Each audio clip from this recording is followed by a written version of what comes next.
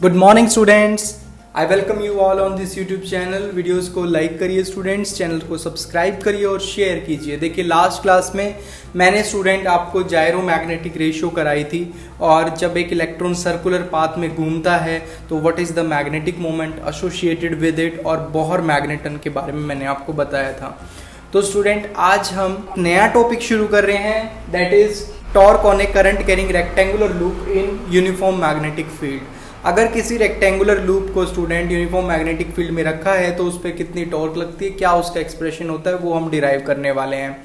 So students, पहले मैंने देखिए कंसिडर किया है ये एक रेक्टेंगुलर लूप है ABCD जिसको मैग्नेटिक फील्ड में रखा हुआ है। यहाँ पे अज्यूम कर लो कि एक यूनिफॉर्म मैग्नेटिक फील्ड है, नॉर्थ से साउथ की तरफ है। Magnetic field is from this direction towards this, और इस रेक्टेंगुलर लूप का जो प्लेन है स्टूडेंट, वो प्लेन इस मैग्नेटिक फील्ड के बिल्कुल परपेंडिकुलर है। अगर मैं इस लूप को यहां से देखता हूं स्टूडेंट, यहां से, तो मुझे ये लूप दिखाई देगा और मैग्नेटिक फील्ड इससे बाहर आती हुई दिखाई देगी। और इसको अगर मैं ड्रॉ करूं स्टूडेंट एक 2D प्लेन पे, तो 2D प्लेन पे कुछ ऐसा दिखाई देगा। देखिए ये लूप जो है, अगर मैं इसको यहां से देखता हूं तो मुझे ये लूप ऐसा दिखाई देगा स्टूडेंट। इसके ऊपर एक करंट फ्लो कर रहा है स्टूडेंट, इसमें करंट फ्लो कर रहा है, ये मैंने आई करंट बना दिया और मैग्नेटिक फील्ड बाहर आ रहा है। बाहर आने को हम क्या बोलते थे स्टूडेंट, डॉट से रिप्रेजेंट करते थे।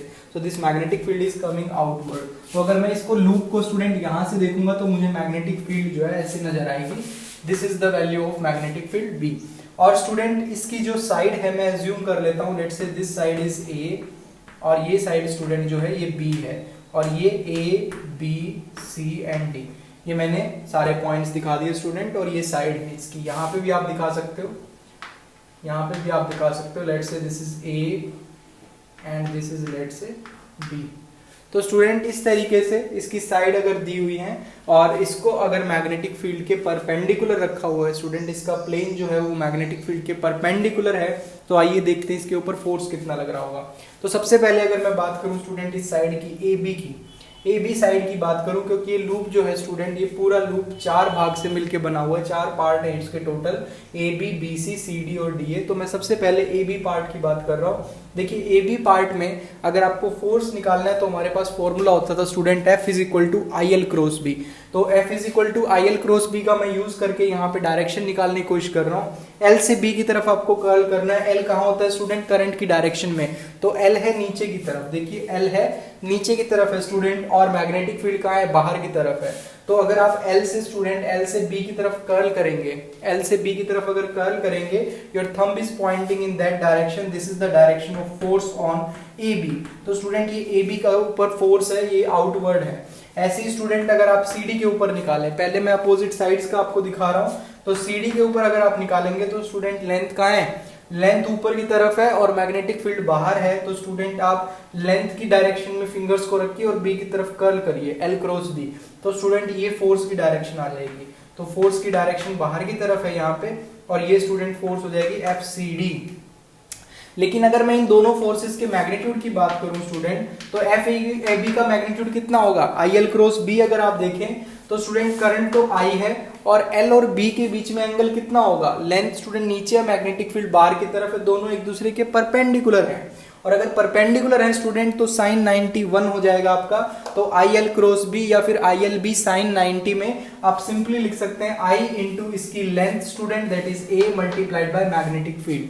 सो ILB साइन 91 हो गया, वो मैंने लिखा भी नहीं स्टूडेंट। तो IAB जहां पे A इसकी टोटल लेंथ है AB साइड की। Similarly student you can also right for this arm CD के लिए जो मैग्नीट्यूड होगा फोर्स का वो कितना हो जाएगा स्टूडेंट, इसकी जो लेंथ है वो भी कितनी होगी स्टूडेंट, A के बराबर है। ये रेक्टेंगल है, ये A है तो ये भी A होगा, ये B है तो ये भी B होगी। So this is also equal to IAB, क्योंकि इसकी जो लेंथ है स्टूडेंट ये भी A के बराबर है, करंट I फ्लो कर रहा है और मैग्नेटिक फील्ड B है। तो कहने का मतलब है स्टूडेंट ये दोनों फोर्सेस जो हैं ये बराबर है मैग्नीट्यूड में, लेकिन इनकी जो डायरेक्शन है स्टूडेंट वो अपोजिट है, तो ये एक दूसरे को कैंसिल कर देंगी। Similarly you can also show for AD and CB। अगर आप AD के लिए देखेंगे स्टूडेंट, तो AD के लिए जो फोर्स की डायरेक्शन आएगी वो भी स्टूडेंट आउटवर्ड आएगी, ऐसे आप दिखाएंगे उसको। देखिए स्टूडेंट ये जो लेंथ है ये ऐसे है, और अब अगर आप मैग्नेटिक फील्ड की तरफ कर्ल करेंगे so thumb is pointing downward. Similarly for BC student ये BC की तरफ जो करंट फ्लो कर रहा है, current is in that direction, so length is towards B और from C to B।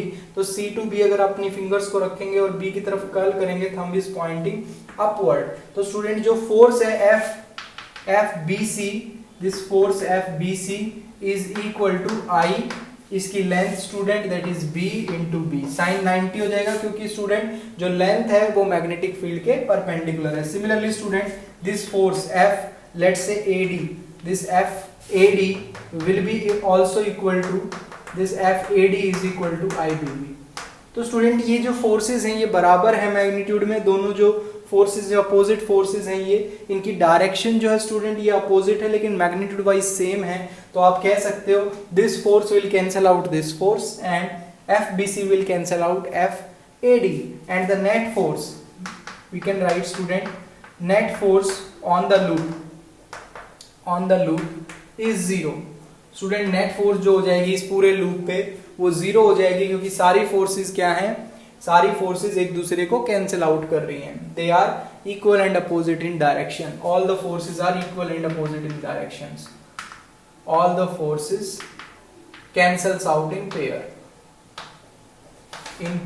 Pair में कैंसिल आउट हो रही है स्टूडेंट, वो सभी की सभी फोर्सेस पेयर में कैंसिल आउट हो रही हैं। तो इसका मतलब नेट फोर्स जो है इस लूप के ऊपर वो कितना हो जाएगा student, net force is zero. तो उसके ऊपर कोई टॉर्क भी नहीं लग रहा होगा और ये जैसा है वैसे ही रहेगा स्टूडेंट, ये इक्विलिब्रियम में है ये लूप। स्टूडेंट एरिया वेक्टर वो किस डायरेक्शन में होगा, इसका एरिया वेक्टर जो है student that is n cap, area vector वो मैग्नेटिक फील्ड की डायरेक्शन में है, मैग्नेटिक फील्ड की डायरेक्शन में। तो आप बोलोगे student when the area vector and magnetic field are in same direction then the net force on the loop is zero, net force और net torque on the loop is zero.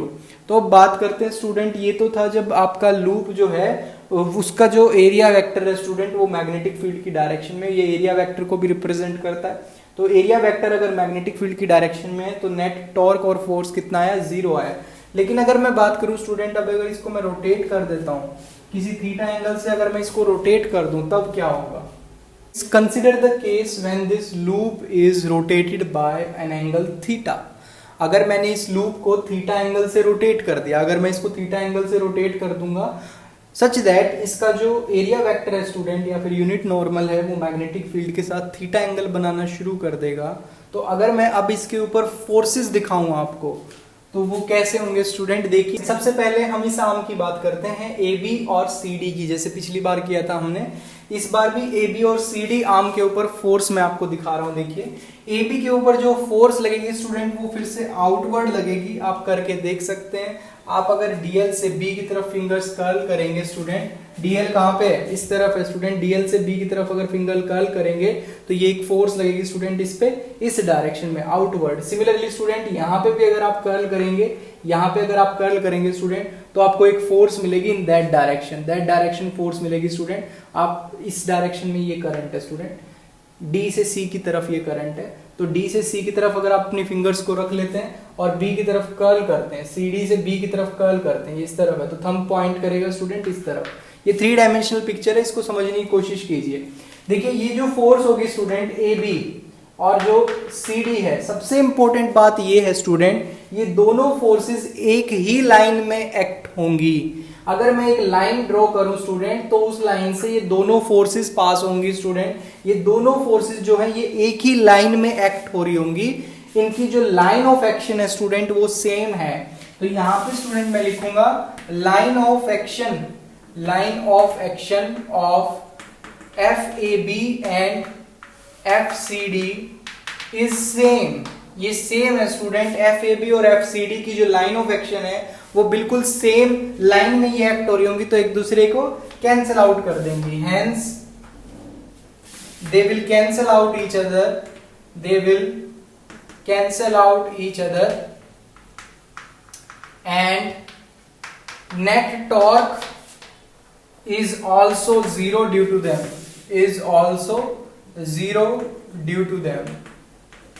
तो net torque भी zero होगा student उनकी वजह से, क्योंकि उनकी line of action जो है वो सेम है दोनों की।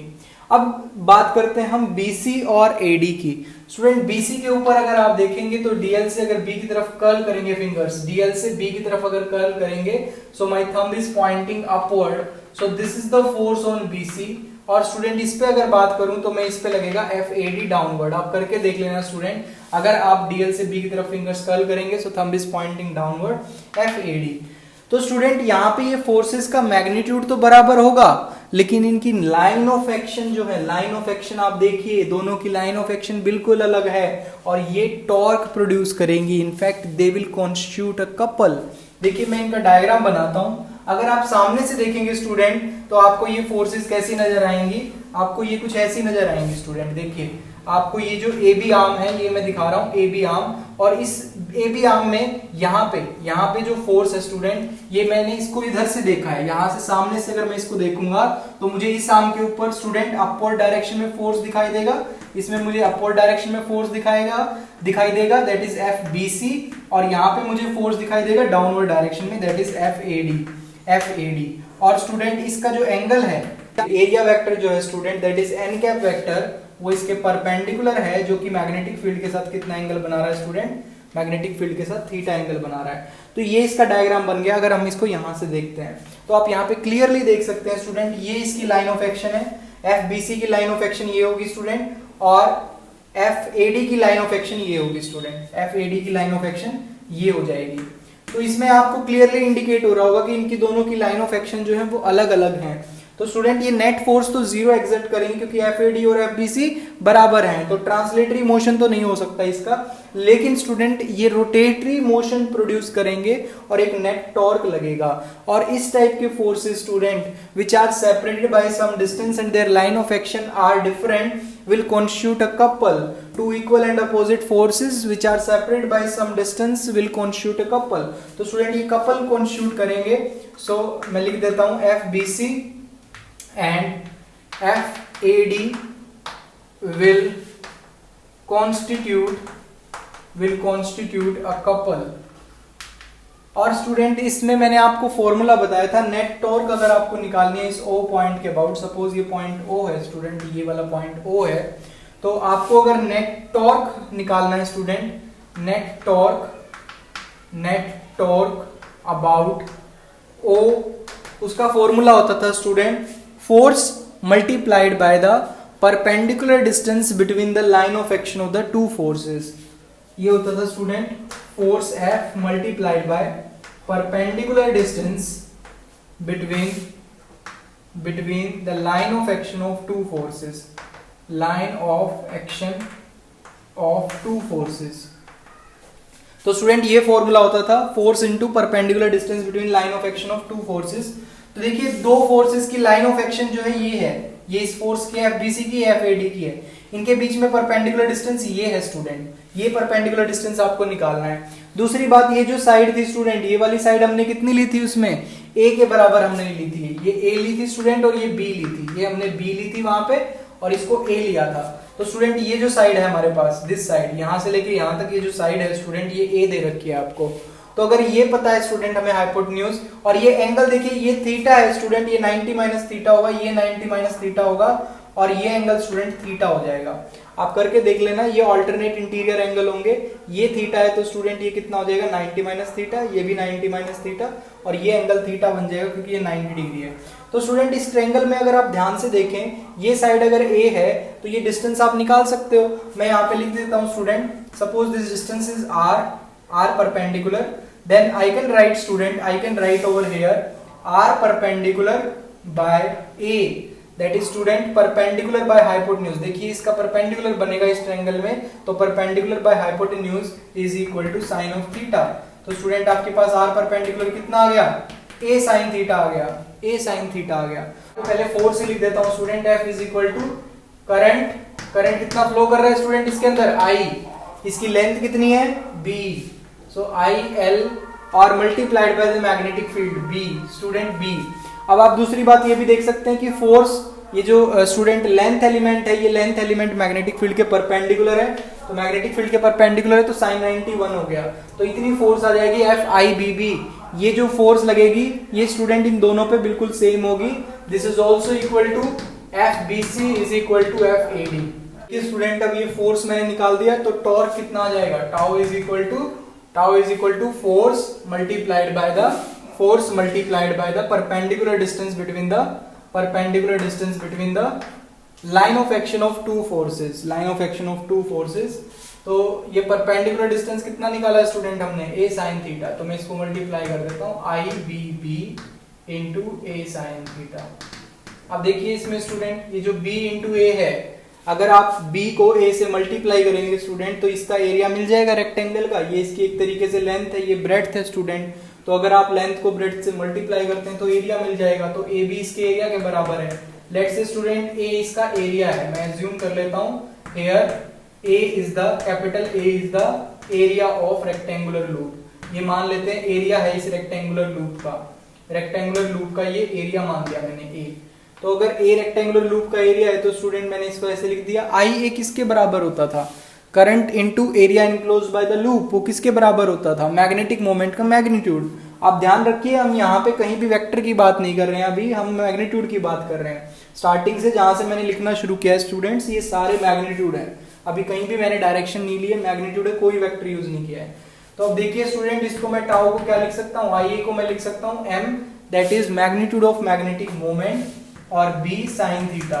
आप जो यूज करते हैं उसको ब्रैकेट में लिखते जाइए। आपने क्या यूज किया यहाँ पे, IA को क्या लिखा है, m is equal to IA आपने यूज किया, तो उसको ब्रैकेट में लिखते जाइए। ये m क्या है, where m is the magnetic moment. तो ये सारी बातें आपको जो आप सिंबल्स यहाँ पे यूज कर रहे हैं उनको लिखते जाइए स्टूडेंट साइड में, तभी आपको उसके मार्क्स मिलेंगे।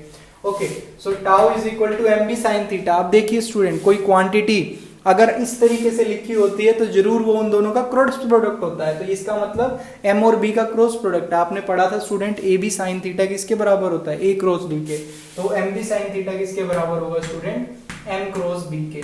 तो ये हमारे पास टॉर्क का एक्सप्रेशन आ गया student. Torque acting on this rectangular loop is M cross B, where M is the magnetic moment and B is the magnetic field. तो एक बहुत इंपॉर्टेंट रिलेशन हमारे पास निकल के आ रहा है कि टॉर्क स्टूडेंट इससे दिया जाता है। यहाँ पे आपको ध्यान रखना है, कहीं भी मैंने कोई वेक्टर की बात नहीं की है, केवल यहाँ पे मैग्नीट्यूड्स की बात की है। दूसरी बात स्टूडेंट, मैंने यहाँ पे ये फॉर्मूला यूज किया है नेट टॉर्क का।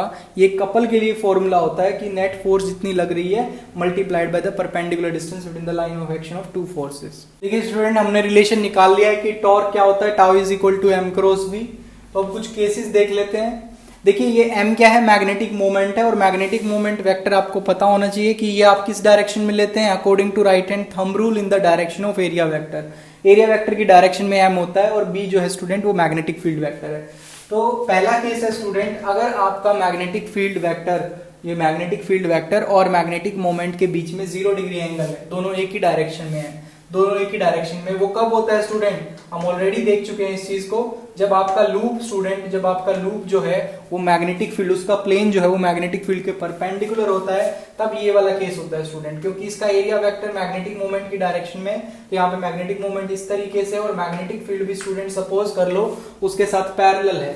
तो पहला केस है स्टूडेंट जब थीटा 0 होगा। तो जब थीटा 0 होगा स्टूडेंट, तो टॉर्क कितना आएगा, टॉर्क होता है MB sin थीटा, उसका मैग्नीट्यूड। तो अगर आप यहाँ पे sin 0 डाल देंगे स्टूडेंट, MB sin 0, तो you will get torque equal to 0। हमने सबसे पहला केस यही करा था स्टूडेंट। मैंने वहां पे आपको इस तरीके से नहीं बताया था, वहां पे नेट फोर्स निकाल के बताया था मैंने, लेकिन आप इस फॉर्मूला से देख सकते हैं कि ये फॉर्मूला हमारा इसके लिए भी वैलिड है कि जब लूप आपका उसका प्लेन जो है परपेंडिकुलर है मैग्नेटिक फील्ड के, तो नेट टॉर्क 0 आएगा। दूसरा केस देखिए स्टूडेंट, दूसरा केस जब आपका थीटा स्टूडेंट 90 डिग्री होगा, 90 डिग्री, इसका मतलब है स्टूडेंट जो आपका प्लेन है, जो आपका प्लेन है ये स्टूडेंट, इसका जो मैग्नेटिक मोमेंट वेक्टर है वो मैग्नेटिक फील्ड के परपेंडिकुलर है, क्योंकि एरिया वेक्टर की डायरेक्शन में होता है मैग्नेटिक मोमेंट। तो ये दूसरा केस है स्टूडेंट। एंगल कितना है इनके बीच में, theta is equal to 90 degree. यहाँ पे कितना था student, theta is equal to 0 degree था। तो जब थीटा 90 होगा स्टूडेंट, तो टॉर्क कितना लिखोगे आप, torque is equal to MB sin 90 degree, MB sin 90 degree. और इस केस में स्टूडेंट टॉर्क आपका मैक्सिमम आएगा, that is MB sin 90, sin 90 1 होता है, तो ये मैक्सिमम टॉर्क है, दिस इज मैक्सिमम टॉर्क। और स्टूडेंट तीसरा केस जब आपका मैग्नेटिक मोमेंट एंटी पैरेलल होगा स्टूडेंट मैग्नेटिक फील्ड के, तीसरा केस जब आपका मैग्नेटिक मोमेंट, ऐसे स्टूडेंट ये आपका लूप है, ये आपका लूप बना दिया स्टूडेंट मैंने, और इसकी मैग्नेटिक मोमेंट जो है सपोज ये मैग्नेटिक फील्ड के साथ एंटी पैरेलल है स्टूडेंट, एंटी पैरेलल है। मैग्नेटिक मोमेंट अगर इस तरफ होना है स्टूडेंट तो करंट ऐसे फ्लो करना चाहिए, इसमें करंट अगर ऐसे फ्लो कर रहा है इस तरीके से तो मैग्नेटिक मोमेंट जो है वो आपका एंटी पैरेलल होगा मैग्नेटिक फील्ड के। दोनों के बीच में जो एंगल आएगा student that is 180 degree, theta 180 degree होगा। इस केस में भी student tau M B sine 180 degree जो है वो आपका जीरो हो जाएगा। तो दो केस है स्टूडेंट ये हमारे जिसमें टॉर्क जीरो हो रहा है, एक तो ये केस है स्टूडेंट और एक ये केस है तीसरा, इन दोनों में जीरो हो रहा है। स्टूडेंट आप एक चीज यहाँ पे देख रहे होंगे, एक एनालॉजी देख रहे होंगे इलेक्ट्रिक डायपोल के साथ। जब हमने इलेक्ट्रिक डायपोल का केस किया था स्टूडेंट, जब इलेक्ट्रिक डायपोल को एक्सटर्नल इलेक्ट्रिक फील्ड में रखा हुआ था, एक इलेक्ट्रिक डायपोल के लिए हमने देखा था स्टूडेंट, जब एक इलेक्ट्रिक डायपोल को हमने एक्सटर्नल इलेक्ट्रिक फील्ड में रखा था तो उसके ऊपर जो टॉर्क आई थी स्टूडेंट वो P क्रॉस E आई थी। कितनी आई थी टॉर्क? P cross E। बिल्कुल वैसे ही यहाँ पे भी टॉर्क कितनी आई है स्टूडेंट? M cross B। यहाँ पे M मैग्नेटिक मोमेंट है, B मैग्नेटिक फील्ड है, यहाँ पे P डायपोल मोमेंट होता था, इलेक्ट्रिक डायपोल मोमेंट, और E इलेक्ट्रिक फील्ड होती थी।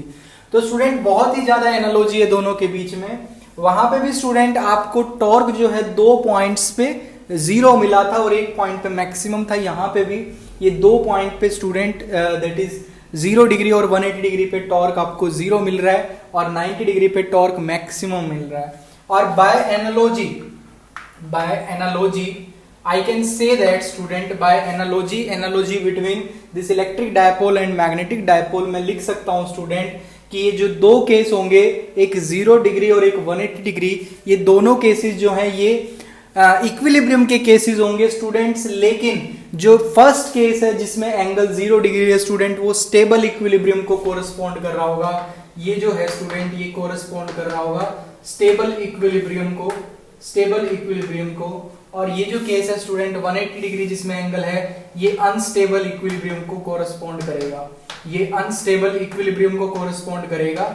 यहाँ पे मैंने आपको कोई पोटेंशियल एनर्जी निकाल के नहीं दिखाया है, केवल मैंने यहाँ पे एनालॉजी ली है कि जैसे हमने इलेक्ट्रिक डायपोल के लिए किया था वैसे ही मैं इलेक्ट्रिक डायपोल से उसी के एनालोगस लिख सकता हूँ ये कि थीटा इज इक्वल टू 0 पे जैसे वहां पे जब डायपोल मोमेंट जो है वो इलेक्ट्रिक फील्ड के साथ अलाइन होता था तो टॉर्क 0 लगता था और वो वहां पे पोटेंशियल एनर्जी मिनिमम होती थी और उसको हमने स्टेबल इक्विलिब्रियम बोला था। यहाँ पे student theta is equal to 0 के लिए वैसे ही स्टेबल इक्विलिब्रियम होगा और theta is equal to 180 degree के लिए अनस्टेबल इक्विलिब्रियम होगा। इसका मतलब स्टूडेंट जब M और B एक साथ अलाइन है तो अगर आप इसको थोड़ा सा रोटेट करके छोड़ भी देंगे स्टूडेंट तो ये ऑसिलेट करके अपनी मीन पोजीशन पे वापस आ जाएगा। लेकिन स्टूडेंट अगर आप ये इस केस में लेते हैं, अगर इस केस में जिसमें मैग्नेटिक मोमेंट और मैग्नेटिक फील्ड अपोजिट डायरेक्शन में है, अगर इसको आप हल्का सा रोटेट करेंगे स्टूडेंट तो ये कभी वापस अपनी मीन पोजीशन पे पहले वाली पोजीशन पे नहीं आएगा, ये रिवर्ट हो जाएगा घूम के स्टूडेंट इसकी मैग्नेटिक मोमेंट B के साथ अलाइन हो जाएगी।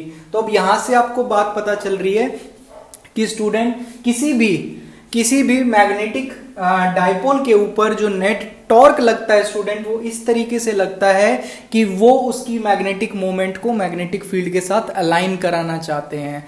तो ये हमेशा है स्टूडेंट कि एक डायपोल पे मैग्नेटिक डायपोल पे टॉर्क इस तरीके से लगेगा कि उसकी मैग्नेटिक मोमेंट जो है वो B के साथ अलाइन हो जाए, उसकी एनर्जी जो है वो मिनिमम हो जाए। तो मिनिमम एनर्जी करने के लिए उसको स्टेबल इक्विलिब्रियम में लेके आने के लिए हमेशा जितने भी मैग्नेटिक डायपोल हैं वो सारे के सारे मैग्नेटिक फील्ड में अलाइन होते हैं। इसी वजह से स्टूडेंट जो आपकी कंपास निडल भी होती है वो कंपास निडल हमेशा किस डायरेक्शन में, एक्सटर्नल जो अर्थ की मैग्नेटिक फील्ड है उसी की डायरेक्शन में होती है और वो इस तरीके से अलाइन होती है कि उसकी जो मैग्नेटिक मोमेंट है स्टूडेंट वो एक्सटर्नल मैग्नेटिक फील्ड के साथ अलाइन हो जाए, उसकी magnetic moment external magnetic field के साथ अलाइन हो जाए और वो स्टेबल इक्विलिब्रियम में आ जाए।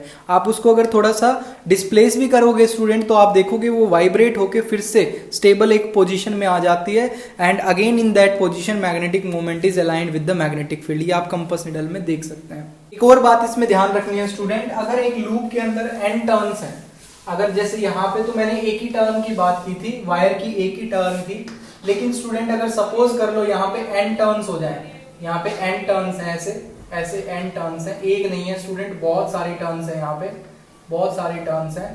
सपोज कर लो n टर्न्स है स्टूडेंट, n टर्न्स है तो कुछ नहीं करना है, जो टॉर्क का फॉर्मूला था स्टूडेंट वो कितने टाइम्स हो जाता है, एक लूप के ऊपर लग रही थी टॉर्क m क्रॉस b, तो n के ऊपर लग जाएगी student n m cross b। तो ये फॉर्मूला हो जाता है स्टूडेंट जब आप n टर्न्स ले लेते हैं किसी लूप की, अगर किसी लूप की n टर्न्स हैं तो उसके ऊपर जो नेट टॉर्क लगता है एक्सटर्नल मैग्नेटिक फील्ड में, net torque is given by n times of m cross b।